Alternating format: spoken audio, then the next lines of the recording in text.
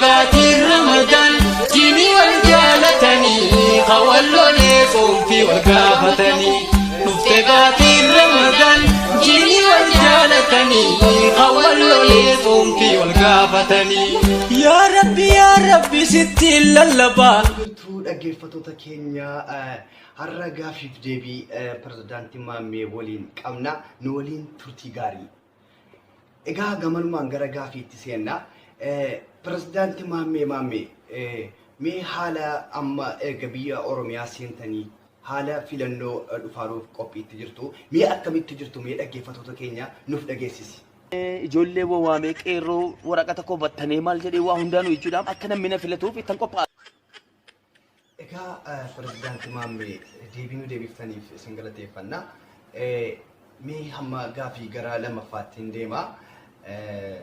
Dr. Abiy holola Dr. Abiy irratti odeeffamaa jiru yookaan immoo Dr. Abiy ummata keenya waraana itti ergee miidhaa jira, waraana itti ergee ajjeesaa jira kan jedhu irratti mee isin ilaalcha maalii deebii maalii qabdu? Nama ajjeesu Abiy xiyyaara nama tumu. Abiy xiyyaara ajaja dhaqaa Oromoo baleessa koo dhaqaati biyya kanarraa Wallaggarraa ajjeesa nama jedhu mee Abiy rabbeedhaati. Hin godha Abiy. Dhugaa keeti pirezidaantii Maammee hin godhu. Egaa pirezidaantii Maammee gara isin si galateeffanna gaafii keenya nu deebisuuf amma gara gaafii sadaffaatti seenaa. Egaa pirezidaantii Maammeen pirezidaantummaadhaaf yookaan immoo mootummaadhaaf hin ta'u kan jedhanii Maammeen pirezidaantii Maammeen hattuudha aca barbaadidha uummata jedhanuuf mee isin maal jettu? Wrong story. የውሸት ታሪክ Ayyee pirezidaantii Maammee egaa gara gaafii afaffaatti seenaa. Pirezidaantii Maammeen erga gara Oromiyaatti seenee jaartii fuudheetu jira jedheeti holollee adda addaa kan oofamaa jiru mee ati immoo kana maal jetta? Wai.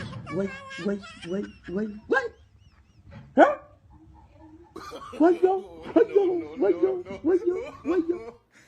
Tasgabbaay. Egaa pirezidaantii Maammee mee uummanni si jaalatan uummanni ati si filachuuf jiran kun mee maalirraa akka of qusatan haala sirbaa fakkeessiiti mee nu agarsiisi. فرشون رئيسا جيما إيسا جيما إيسا ويو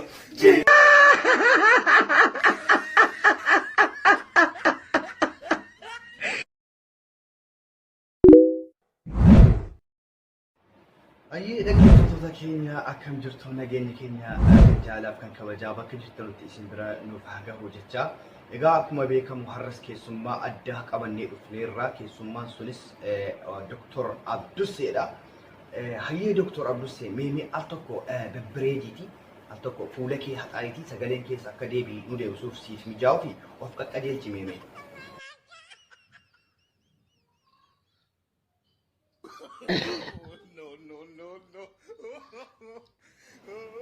Ayyee Dr. Abdussee sin galateeffadhaa obsa sirreessuu keetiif daawwattoonni keenya waan si waliin jiraniif. Hayyee mee gaafii gara gaafii kiyyaan seenaa. Namni baay'een waa baay'eedhaan doktora jedhama. Mee ati maaliin kan itti doktora dalagaan keessan yookiin maaliin beekamtaniiti kan isin doktora jedhamtan? Xiinxalaa waa'ee shamarranii. Ayyee Dr. Abdussee baay'een isin galateeffadhaa xiinxalaa shamarraniiti jetteetta. Hayyee mee egaa xiinxalaa shamarranii taate mee dhiirota yookaan immoo ijoollee Oromoo biyya adda addaa keessatti ni jiru kan nikaa malee warraa waliin shamarranii dhiira ta'anii mana tokko keessa akka warra haadhaaf warraa fi abbaa manaatti kan waliin jiraatan mee warra dhiira warra akkanaa dalagaan jira waan akkanaa ta'een isin maal jettu mee warra akkanaati? Isin fuudhaan jirru jedhaati ofirraa baasaa. Ayyee baay'ee isin galateeffadha Dr. Xiinxalaa shamarranii. Ayyee amma gara gaafii sadaffaa kiyyaatti seenaa jira. Mee warra dhiiraatiin of jalaa yaasaa jettanii jirtu. Kan sadaffaa immoo shamarran jaalalaan dhiira qabachuu hin beekne yookaan immoo jaalallee isaanii yookaan abbaa manaa isaanii jaalala akka itti agarsiisan dhabanii kan dhiira qabachuu hin dandeenyeef dhaamsa maalii dabarsitu mee? Akka jaalalli ta'e Amaareenyaa fiilmii irratti argaa jirti. Waa meeqaan daddabarfamaa jira akka jaalallitti gaggeeffamu. Nyaaf isin xiinxalaa shamarraniiti. Amma miidiyaa keessan daawwachuudhaaf nama baay'eetu fedhu. Amma shamarran lamaa fi dhiirri 5 yoo aadii keessan seenuuf isin gaafatan mee eenyuun seensittu? Shamarranis seensisame. Hayyee Dr. Abdissee waamicha keenya kabajanii dhufuudhaan baay'ee isin galateeffannaa maqaa dhaggeeffattoota kiyyaatiin mee shamarroota addunyaa irratti argamanuun mee maal akka isiniif godhannu feetu? Sheer god jabaadhuti. Wal qaqqabsiisi.